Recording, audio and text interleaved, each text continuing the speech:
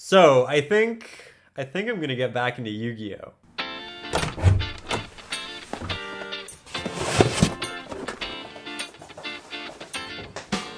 You know, I'm really excited. Yu-Gi-Oh, the trading card game, it's been around for almost 2 decades. And with that period of time just comes a myriad of players who have both quit and desired to re-enter the game. I am one of those players. I'm also a goal-oriented person, and I'm making it my goal to step back into the game, learn the new mechanics, win a locals, then a regionals, and eventually top a YCS tournament. It's a goal I think just about every competitive Yu-Gi-Oh player really wants to do at some point. And yes, this series, it is heavily inspired by people like Casey Neistat, Nyhmnim, my Canadian brother, and Peter McKinnon. However, we're going to make this original, we're going to make this special, so let's jump into it.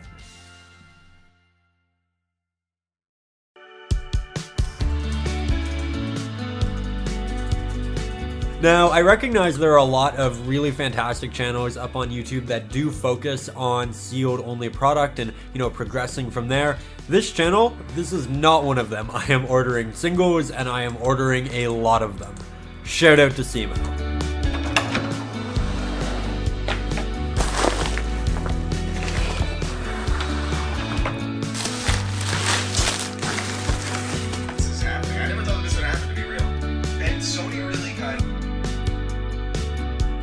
I honestly can't express just how nostalgic it was opening all of these packs of cards. Each one of these had a different memory, a different association with, a best friend that I had 10, 15 years ago, or an experience, or a regionals, or just something so special, and it all came back at once.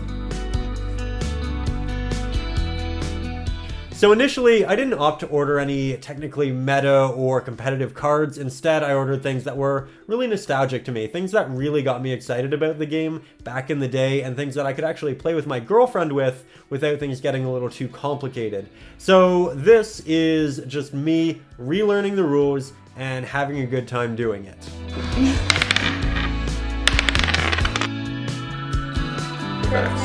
No.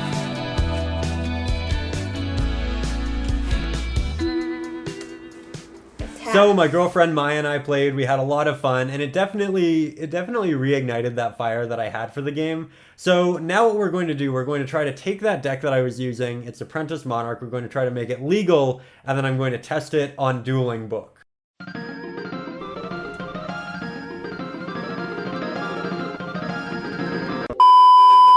As an update, that was a disaster. So what we're going to do, we're going to hop back online. I'm going to check out some different decks, what's semi-meta relevant, and then we'll order some new cards from there. It's kind of a contradiction with the field spot because it's getting Yeah, because you're the only one who's been playing Magic. So this card's amazing. If you always generate alternative counterpart, you're gonna play with force triple blue white. Only resolve that effect if your opponent It's a skill drain. That's literally like there's no other way to explain. Thunder Dragon itself can discard itself. So through my exploration, I feel like I found about 3 different decks that I'm really excited about trying. The first is a Modern Monarch deck, which essentially shuts down the extra deck. It looks fairly cheap and it looks fairly easy to understand. The second is a Spellbook deck. It puts a lot of emphasis on Jowgen, and it got 9th place at a regional with Asian Persuasion. So again, it's another deck that doesn't rely super heavily on the extra deck. It looks like a lot of fun. It looks like you can do quite a bit in your turn. So I'm excited to try that. And then the third option, which seems much more complicated and much less beginner friendly, is the new Omni Hero deck. So I'm going to try the first 2. We'll see how that goes. And then if we need to, maybe we'll try the Omni Hero deck. But I recognize that one is a bit more expensive, and I also recognize that it is going to require a significantly higher learning curve. So let's jump into it.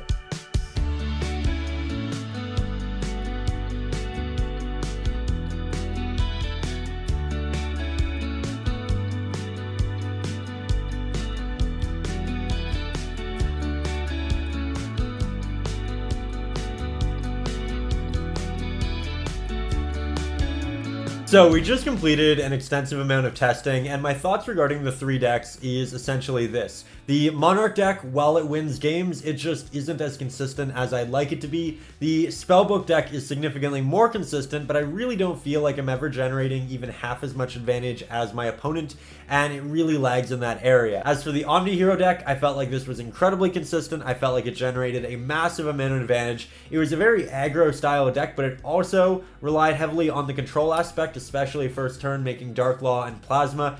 And I really loved this deck. It's definitely more complicated. I'll definitely make more misplays with it in the first 3 or 4 weeks, but I just felt like it was such a fun kind of entry point, and it also teaches me link summoning and all of that, I feel like, on an approachable level. So I really appreciate that. We're going to order this deck, and we're going to see what we can do with it.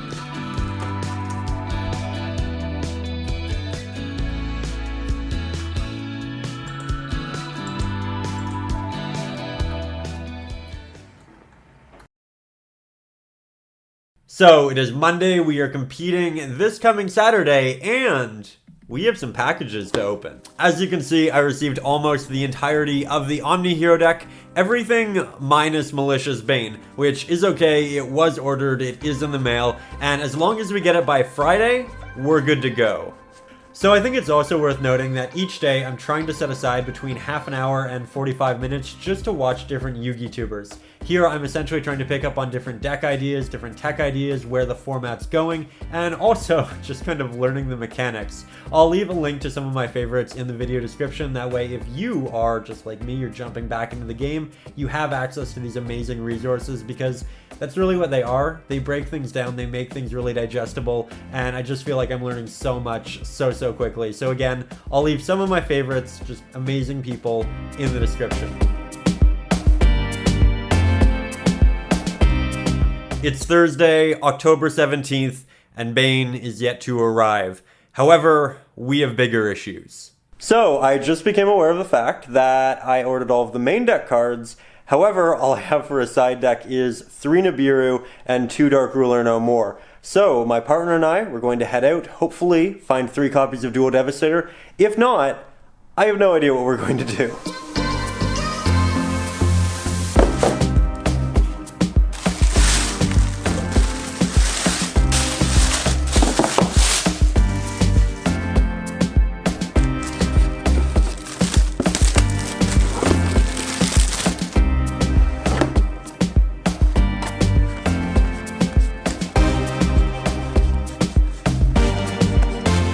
And just like that, we have a side deck.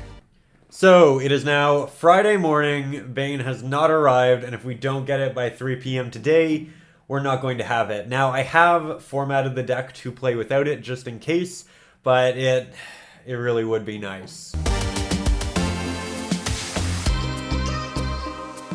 As an update, tomorrow we are playing without Bane. And honestly, that's okay. If you're just getting back into the game like I am, I honestly wouldn't worry about bringing the perfect deck to your first tournament. You should really look at this as a learning experience, as an opportunity to go make some friends, get back into the game, learn the new mechanics, and expect that there is going to be a learning curve. So I have no issue with this. I think I'm still going to have a really good time. I like my current list. So tomorrow, let's just go, let's have some fun, and let's get back into it.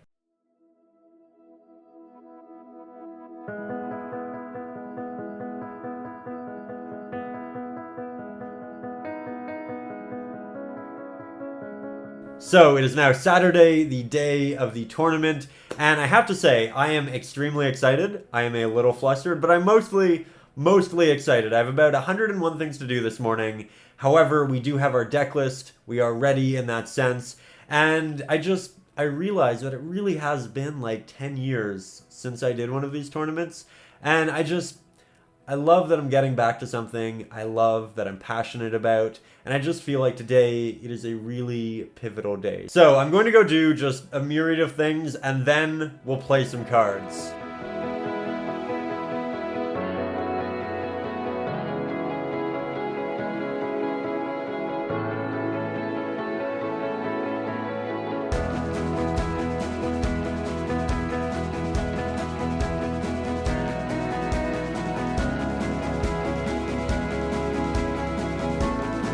I will activate Poltergeist Manifestation, summon Poltergeist Marionette. With attack number 1 with on Stratos, and then on your draw, I'll master. Super Ball. Set. Bigfoot. Target these. Bigfoot destroys this. This. Okay. There's your Bloody Legend. Permanent demise.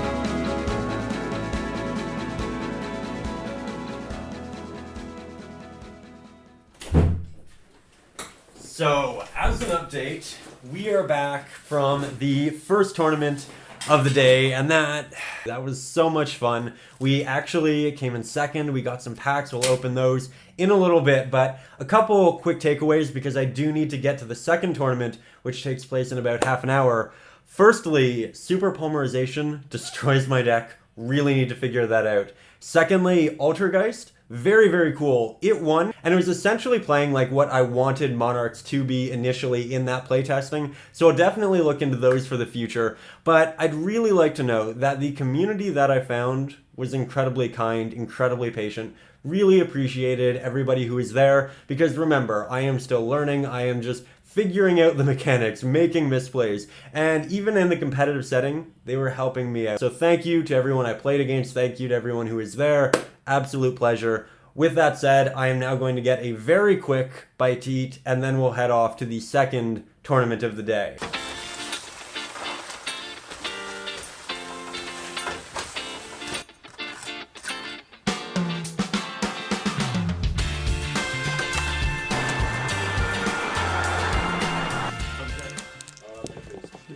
Now, my first match at the second shop was against Danger Orchist, and I opened with a pretty generic first turn board of Plasma, Darklaw, and Adoration.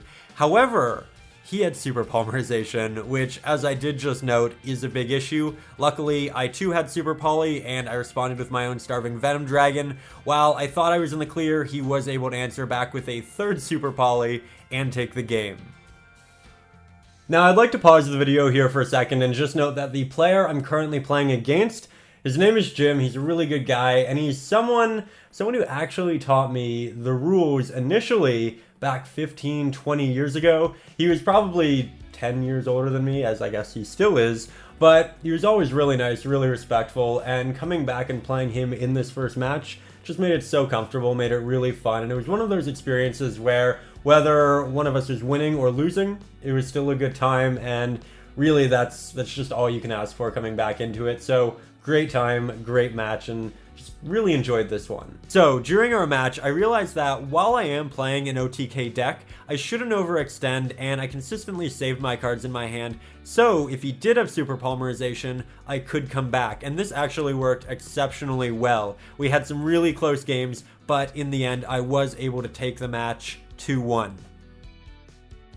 Now, because I was just meeting everyone for the first time, I didn't want to impose too much with the camera, and I only have snippets of some of the following games. But what I can tell you is that I had an extremely close matchup against Fire Kings, and I actually lost 2-0 against Cyber Dragon, so I'll definitely have to figure out how to side against that. The tournament concluded yet again, and I found myself in second place, which was really exciting, and I feel honestly came with a bit of an asterisk.